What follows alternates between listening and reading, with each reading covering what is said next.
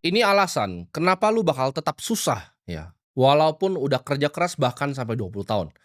Karena uang yang lu tahu itu rusak. Ini adalah video yang sebenarnya gue udah pengen bikin dari lama ya. Jadi gue jelasin kenapa ya hal ini bisa terjadi, kenapa lu bisa kerja keras tanpa menjadi kaya. Ini kenapa gue bikin ini semua ya, kenapa gue bikin video-video gue, kenapa gue muncul ke permukaan, karena gue percaya dari dalam hati gue yang paling dalam, ketika gue dulu kebingungan, gue bingung gitu, kenapa orang tua gue kerja keras, cuman nggak bisa kaya. Itu kenapa gue percaya akan sistem keuangan yang baru ya, dan gue sulit untuk percaya sistem keuangannya sekarang. Dan buat kalian yang tanya, apakah fenomena ini terjadi hanya spesifik di negara kita? Jawabannya bukan ya, ini adalah fenomena global ya, yang dimulai dari Amerika Serikat. Ada lebih ya dari 180 buat kalian yang nggak tahu mata uang yang ada di dunia ini ya. Di ASEAN aja ada berapa? Beda-beda, ada Vietnamese dong, ada Filipina punya peso, ada Thailand punya baht ya, ada Indonesian punya rupiah, Timor Leste pun punya dolarnya sendiri mereka. Dan jumlah yang beredar itu ya sangat amat cepat dan pesat. Dan ketika mata uang di negara yang berkembang, gua sebutnya, itu dicetak terus-menerus ya. Akibatnya apa? Mereka yang bekerja keras dan menabung itu akan tergerus nilai uangnya. Dan justru ya bikin uang tersebut berpindah tangan ke orang lain. Jadi ibaratnya kemampuan finansial ya, kalau kita ngomong di Filipina ya, misalnya uangnya beredar, kemampuan finansial masyarakat yang ada di Filipina akhirnya diambil ke tangan segelintir orang ya. Bukan dengan pajak tapi dengan yang namanya percetakan uang. Dan cara ini ya selama sejarah tuh sulit untuk dideteksi ya. Jadi itu pelan-pelan, dia gradual kayak Roma. Koinnya pertama dibikin lebih kurang ya, kadar emas dan kadar silvernya, sampai akhirnya sedikit sekali kadar silvernya dan enteng gitu koin. Jadi ini sangat kasat mata ya. Rakyat nggak ada yang sadar sampai tiba-tiba meledak semuanya. Dan setiap kali orang coba cari alternatif untuk ngakalin sistemnya, ada yang namanya capital control. Contoh seperti di Filipina, ketika lu berinvestasi di saham Filipina, itu akan lebih enak pajaknya dibanding lu orang Filipina berinvest di US. Sama seperti di India, ketika lu berinvestasi domestik akan lebih gampang dibanding lu investasi di internasional untuk orang biasa. Nah, itu yang disebut dengan yang namanya capital control. Jadi dijaga capital jangan sampai keluar, jangan kabur nih, jangan terbang ke atas. Uang yang sekarang beredar ya, kalau kita lihat itu terkonsentrasi ke orang yang makin sedikit dan makin sedikit. Yang mayoritas kebanyakannya makin nggak punya uang. Ini ada hubungannya juga dengan jumlah pelaku pasar modal yang melihat akhirnya pasar modal ini sebagai tempat untuk kasino gitu. Banyak orang yang melihat bahwa, oh kok polemik judi ini ada di mana-mana gitu. Contohnya kita lihat di Filipina sendiri, ya. Polemik judi itu sangat besar di sana. Kenapa? Karena rakyatnya itu butuh jalan keluar. Ketika rakyatnya butuh jalan keluar, itu akan jadi alternatif, ya mereka akan jadi spekulan. Ini kita ngomongin dari di financial market, kita ngomongin dari pasar modal ya, dari saham. Jawabannya karena itu, karena masyarakat cari alternatif untuk mereka bisa berspekulasi dari gajinya yang nggak kunjung naik. Mereka nggak ketemu jalan keluar, jangankan rakyat yang di bawah ya. Waktu ketika gua ke dokter mata dan gua ketemu dokter, dia tanya, "Lebih baik beli indeks S&P 500 atau beli Nasdaq?" Di situ gua hanya bisa terdiam, gua hanya bisa bingung, "Loh kok begini?" Gitu. Karena dia pun sadar ya, uangnya terus tergerus, ilusi inflasi 2 sama 3% tuh hanya angka saja, tapi ketika realitanya, ketika kita beli bakso 10 tahun lalu dan sekarang, hasilnya jauh berbeda. Ketika kita beli rumah 10 tahun dan sekarang, hasilnya jauh berbeda. Kalau teman-teman nggak percaya, coba buktiin video gua, lu pause ini, lu entar lu play lagi ya 10 tahun lagi, rumah 5 miliar itu akan jadi rumah yang tidak begitu mewah.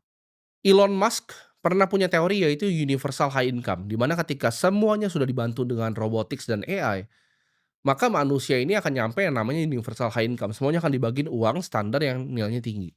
Tapi menurut gue ini sangat sulit untuk diaplikasikan. Kenapa? Karena manusia itu ada yang punya harapan, ya harapan akan lebih kelebihan. Ada yang punya keserakahan, ya ada yang punya iri hati dan ada yang punya benci.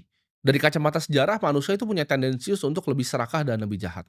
Ketika teknologi berkembang, harusnya secara teori ketika teknologi berkembang ya, maka produktivitas akan meningkat. Dengan produktivitas yang meningkat, kita bisa menciptakan barang dan jasa dengan harga yang jauh lebih murah, yang menciptakan barang dan jasa itu harganya lebih murah. Tapi nyatanya apa? Ketika teknologi meningkat, uang cetaknya juga makin banyak, ya. Jadi kayak ibarat didorong nih, teknologi meningkat mau dorong ke kanan, tapi percetakan uangnya dorong dari kanan ke kiri, ya. Jadi harganya tetap mahal. Ketika waktu gua masih 15 tahun, gua berjanji bahwa suatu saat uang nggak akan jadi masalah lagi di hidup gua, ya. Dan kalau misalnya uang sampai jadi masalah di hidup gua ngerasa gua harus bisa selesaikan, gua harus bisa pelajari uang ini apa, Dan suatu saat jangan ada sampai satu pun dari kalian yang mengalami apa yang gua alamin, ya. Yaitu kalian nggak ngerti cara main uang, kalian nggak ngerti cara ini bekerja, ya. Jadi waktu itu gue pernah satu hari gue dive deep ke semuanya ya, gue pelajarin Federal Reserve itu apa, gue pelajarin, oh sistem perbankan itu seperti apa itu fractional reserve banking. Gue pelajari apa itu suku bunga, kalau suku bunga naik akan dampaknya seperti apa, kalau suku bunga turun dampaknya seperti apa, suku bunga di negara gue, suku bunga di negara yang lain ya, inflasi itu seperti apa, CPI itu apa, semuanya gue pelajari gitu. Dan gue sampai ke satu konklusi bahwa oke ini gamenya memang pernah berubah beberapa kali nih.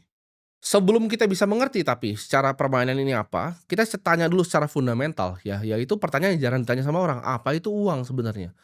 Uang apakah alat tukar ya, untuk menyimpan nilai, tapi apa? Uang itu adalah unit of energy menurut gua. Jadi ketika lu punya uang, itu punya energi. Makanya gue selalu ngajarin ketika lu mau punya energi nih, lu harus bisa punya energi, bikin energi, simpan energi lu, baru bisa menyalurkan energi, ya. Ketika lu udah bisa simpan, lu bisa baru jadi bermanfaat untuk sesama lu, untuk keluarga lu dan teman-teman sekitar. Jadi lu bisa nyimpan dulu energi, baru lu bisa salurin energinya. Dulu itu ketika formatnya barter ya, ketika lu butuh satu buah untuk satu kapas, belum tentu yang punya kapas itu mau buah. Ya, ketika lu punya satu tombak dan satu buah, belum tentu yang punya kapas mau tombak dan buah lu jadi kapas. Ini jadi sistem yang sangat kompleks ya, karena mereka beralih, manusia ini kita pintar berevolusi, kita beralih ke yang namanya uang komoditas, biasanya dari kerang ya kan, kita belajar, oh ada garam karena diinginkan oleh semua orang butuhnya garam, kita akhirnya garam terlalu berat, kita pikir oke pakai silver yang langka, akhirnya yang lebih langka lagi yaitu koin emas. Lalu di situ muncul gitu kan sistem perbankan abad sekitar 12 oleh yang namanya Knights Templar, ketika lu punya koin emas di satu kota, lu mau pindah ke kota yang lain, akhirnya lu bisa dapat surat dari sini buat ngambil di withdraw di kota yang lain gitu. Nah ini abad ke-12 pertama kali terjadi sistem perbankan. Nah karena instrumen koin ini gampang dan sering sekali dirampok oleh bandit, ya jadi akhirnya berevolusi lagi kita ya tahun 1400 akhir ya, ada yang akuntan terkenal dari Itali ya, dia bikin sistem yang namanya sampai sekarang masih dipakai ya, namanya double entry, yaitu sistem akuntansi bookkeeping untuk double entry. Nah double entry ini masih dipakai nih sampai sekarang, sampai hari ini masih dipakai. Nah itu yang bikin akhirnya sistem perbankan tuh jadi jalan. Baru 100 tahun terakhir, ini yang gue sebut tadi ketika gue pelajaran uang, uang ini berubah 2 kali gitu. Sistem Bretton Woods ya dari Perang Dunia Kedua sampai 1971 dan sistem setelah itu yaitu petrodolar. Nah Bretton Woods ini kan berdasarkan emas, tapi ketika terjadinya perang Vietnam, Nixon akhirnya cabut ya dari USD dengan emas. Harusnya satu USD itu ada satu emas di belakangnya. Tapi sekarang nggak ada nih, nggak ada keterikatan, nggak ada pack-nya sama apa-apa.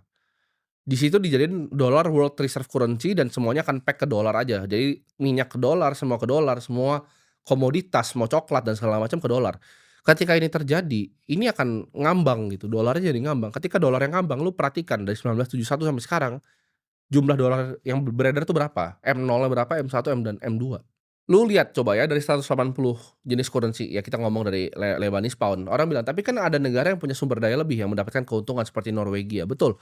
Cuma Norwegia itu ketika pemerintahnya pinter, dia bikin langsung sovereign wealth fund-nya sendiri. Tapi kalau kita lihat negara seperti Venezuela yang kemarin presidennya baru diculik, kita bisa lihat bahwa itu negara yang sangat kaya, oil reserve-nya paling besar di dunia, nomor satu, ya.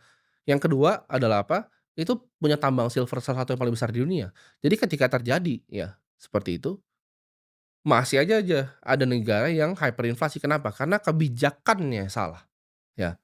Ketika kebijakannya salah, itu terjadi yang namanya hyperinflasi. Kalau kalian nggak paham fundamental simpel bahwa ketika setiap kali apapun yang kalian lakukan di dunia ini uang itu dicetak, kita ngomong sandang, pangan, papan, itu selalu jadi lebih mahal.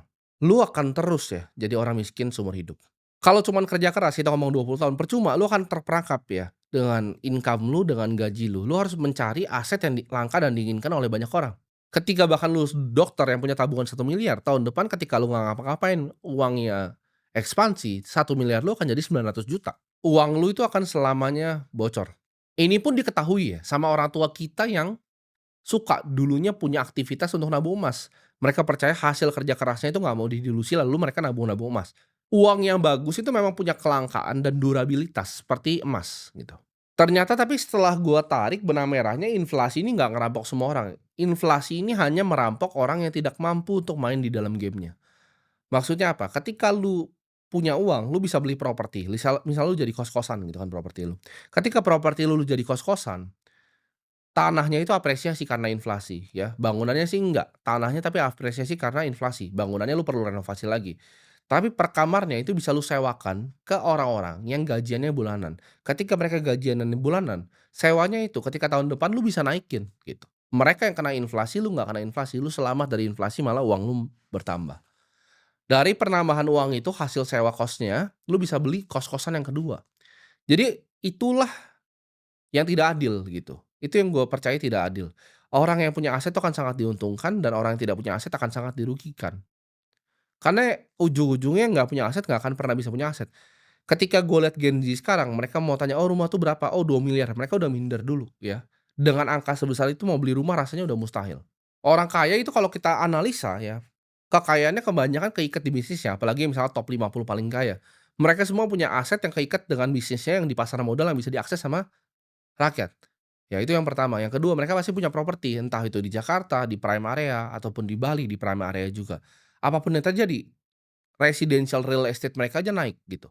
Dan biasanya mereka punya saham lain gitu, mereka punya alternatif investment, mereka invest di private equity, mereka invest di venture capital, mereka invest juga di crypto. Jadi ini akan jadi gelembung yang naik terus gitu. Sedangkan yang nggak sempat untuk naik gelembung ini akan tenggelam ke bawah. Konsekuensi ini adalah kesenjangan sosial dan ketidakstabilan politik. Ini yang bikin semua anak muda marah kenapa orang tua jadiin rumah tuh sebagai sebuah investasi, karena mereka bingung uangnya mau diapain, mereka nggak ngerti pengetahuan investasi yang lain. Jadi mereka beli-beli rumah disewa-sewain ke semua orang, dan anak mudanya yang mau beli ataupun mau sewa rasanya akan jadi kemahalan. Nah masyarakat yang desperate ini akan ngapain? Mereka akan jatuh ke dalam namanya spekulasi, karena mereka harus keluar ya dari jebakan ini. Gue kasih tahu jalan jalan keluarnya bukanlah spekulasi. Tapi kalian mengerti tentang uang ini sendiri, kalian mengerti tentang fundamental dari investasi, kalian mengerti percetakan uang ini. Jadi kalian paham, oke kita sebagai manusia, kita harus mulai untuk beli aset. Akhirnya ini gua melihat memberikan dampak ya, baik moral maupun sosial, ya. Ketika anak-anak muda tidak bisa beli rumah lagi, mereka akan mikir jadi hyper konsumtif. Oke, daripada gua nggak bisa beli rumah, at least gua bisa beli iPhone. Oke, daripada gua nggak bisa beli rumah, gua mendingan ngopi aja gua habisin. Akhirnya jadi hyper konsumtif gitu. Akhirnya jadi banyak orang ngutang, banyak orang berspekulasi, ya. Akibatnya ya moral dan sosialnya degradasi. Tapi ini apakah ini akibat karena manusia-manusianya? Di Roma kan juga terjadi, akhirnya degradasi sampai civilization-nya punah gitu. Ini di Amerika pun terjadi, ya anak-anak muda udah nggak bisa lagi beli rumah atau nyewa di sana apartemen udah kesulitan, mereka harus punya roommate segala macem. Berjuang ya kan di San Francisco bikin startup untuk bisa exit gitu kan dengan harapan. Ini akan bikin civilization runtuh kalau nggak dibenerin. Dan sekarang ada ancaman yang lebih berbahaya dibanding ini semua, yaitu ancaman artificial intelligence. Banyak yang nggak paham seberapa cepat itu berkembang. 2022 ketika gue pertama ngomongin itu cuma chatbot yang rusak, tapi sekarang itu sudah jadi language model yang sangat canggih. AI ini formatnya nggak akan cuma seperti chatbot teman-teman ya. Ini kayak Nokia yang kotak yang gede yang pertama. Next-nya bentuknya akan menjadi agent ya. Agent kan sekarang udah ada ya, tapi agent-nya masih ya kurang gitu. Agent yang aslinya itu sudah ada di dalam perusahaan-perusahaan yang kembangin AI, ya. Jadi agent yang asli itu dipakai sama mereka untuk yang namanya reinforced learning. Ini yang akan mempercepat kurva eksponensial dari artificial intelligence. Ketika mereka itu bisa reinforced learning, mereka menciptakan agent yang membuat AI-nya lebih canggih lagi. Jadi ngulang-ngulang terus kayak begitu, by 2027 ya, AGI akan keluar, artificial super intelligence akan keluar, artificial general intelligence akan keluar. Kalau perkembangannya memang secepat ini dan tidak di-stop gitu. Dan apa yang terjadi, ketika gue bikin video seperti ini, gue tinggal bilang agent-nya, "Oke, ini 100 video gue sebelumnya tolong dipotongin." Gue udah nggak butuh editor lagi, gitu. Itu akan terjadi mungkin dari dalam 1 dan 2 tahun ketika agent-nya sudah canggih sekali. Yang dibutuhkan nanti apa? Hanya energi dan komputasi, ya. Jadi manusianya nggak perlu lebih pintar, tinggal ciptain agent yang bikin AI lebih pintar lagi, AI yang lebih pintar ini ciptain agent yang lebih pintar lagi, agent-nya bolak-balik. Dia cuman butuh banyakin Nvidia aja gitu kan, chip Nvidia banyakin ya, superkomputer, data center untuk inference training-nya beres gitu. Teknologi ini digabung uangnya rusak, jadi manusia udah nggak dapat kerjaan, digabung uangnya rusak, ini akan menciptakan demografi gap yang luar biasa. Ini yang gue sebut dari dulu demografi hantu. Cuman mungkin tesisnya nggak pernah gue jelaskan se-clear ini.